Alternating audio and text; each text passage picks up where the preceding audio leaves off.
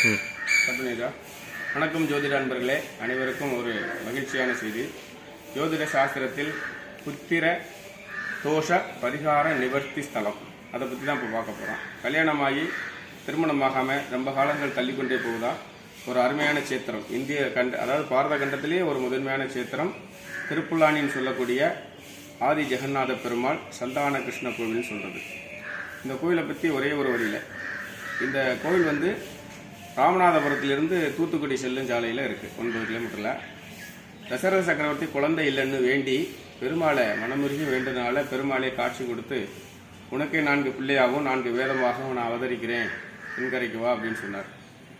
அந்த தெய்வ அர்க்கடாட்சத்தினால தசரத மகாராஜாவுக்கு ராமர், லட்சுமணன், சத்ருகுணன், பரதன்கிற 4 பிள்ளைகளும் 4 வேதமாக அவதரித்தாங்க.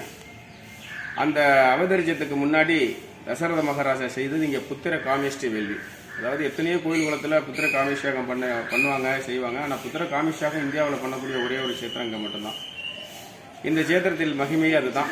நாள்பட்ட திருமணமும் இங்கே நிவர்த்தி ஆகும். அதனால தான் கல்யாண ஜெகநாத பெருமாள்னு சொல்லுவாங்க.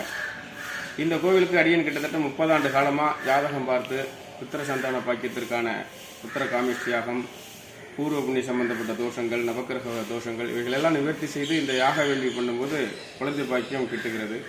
கோவிலிலே முக்கியமான பிரசாதம் பாயசம். அந்த பாயசத்தை தான் தசரத மகாராஜா வாங்கி கொண்ட மனைவிமார்கள் கொடுத்துருக்கார். அந்த பாயசத்தை சாப்பிட்ட ஓராண்டிலேயே முதல் குழந்தையாக முதல் நாள் ராமர் புனர்பூசத்திலும், 2ஆம் நாள் பரதன் பூசத்திலும், 3வது நாள் சத்ருகணன், லட்சுமணன், சுமித்திரைக்கு இப்படி வரிசையாக பிறந்திருக்காங்க 3 மனவருக்கும்.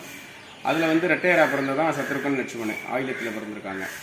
ஆகையினால புத்திர பாக்கியத்தை வேண்டி ரொம்ப மனமுருகி அழுது கொண்டிருக்கக்கூடிய தம்பதியருக்கு ஒரு அருமையான சிறந்த இந்த வீடியோ. இதில் முழுக்க முழுக்க உண்மை, இதில் எந்த வியாபார நோக்கமும் கிடையாது. தேவைப்பட்டால் அடியனை தொடர்பு கொள்ளுங்கள். அதற்கான முழு விளக்கமும், அந்த கோவிலுக்கு எப்படி போகணும், அங்கே எப்படி செய்யணும், உங்கள் ஜாதகத்தில் என்ன தோஷங்கள்னால இந்த புத்திர தோஷம் வந்தது, அதை கண்டுபிடிச்சு அதிலிருந்து நிவர்த்தியாகி அதன் பிறகு இதில் வரணும். நல்லது, வணக்கம்.